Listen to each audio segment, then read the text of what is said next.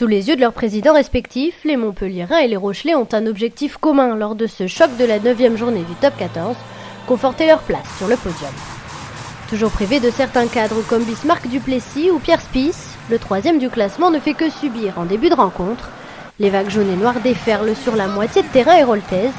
En quête d'une 3e victoire à l'extérieur cette saison, les hommes de Patrice Colazo enchaînent les temps de jeu et donnent le tournis à des Montpelliérains apathiques. Logiquement, La Rochelle va trouver la faille dès la 4e minute. January ne cesse de dynamiser le jeu de ses avants. Il tente côté fermé avec Vito, mais le néo-zélandais est bien repris par Antoine Batut. Le demi de mêlée ouvre alors au large pour Brock James. Romain Graham est au soutien et il trouve à hauteur Winnie Atonio.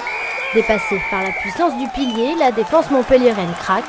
Deuxième essai cette saison pour l'international tricolore. Montpellier sort de sa léthargie à la demi-heure de jeu. Akapoussi Kera s'échappe d'une mêlée dominatrice. Nick White est au soutien. Il franchit le premier rideau défensif, mais il est repris à 5 mètres. Pas plus de chance pour Marvin O'Connor, qui est lui repris par Steve Barry.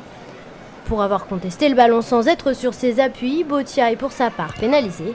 Le pragmatisme montpelliérain permet à Stein de donner l'avantage au sol. Menés d'un point, les Rochelais tentent toujours de produire du jeu à l'image de Brock James, qui alterne parfaitement jeu à la main et jeu au pied. James, qui permet finalement à La Rochelle de mener 11-9 à la pause grâce à cette pénalité. Un avantage mérité, tant la formation de Jack White peine à se montrer dangereuse. Et ça ne s'arrange pas en deuxième période, rien à signaler, du moins avant la 76e minute.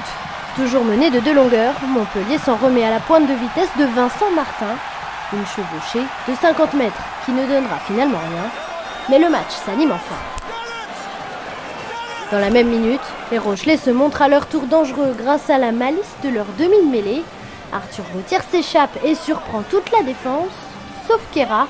Cette cuillère du 3e ligne montpelliérain l'empêche d'aller plus loin.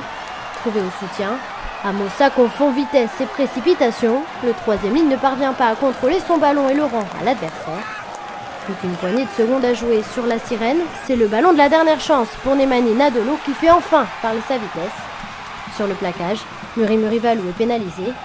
Au-delà de la ligne des 50 mètres, François Stein a le ballon de la victoire entre ses pieds. Son tir heurte le bas du poteau.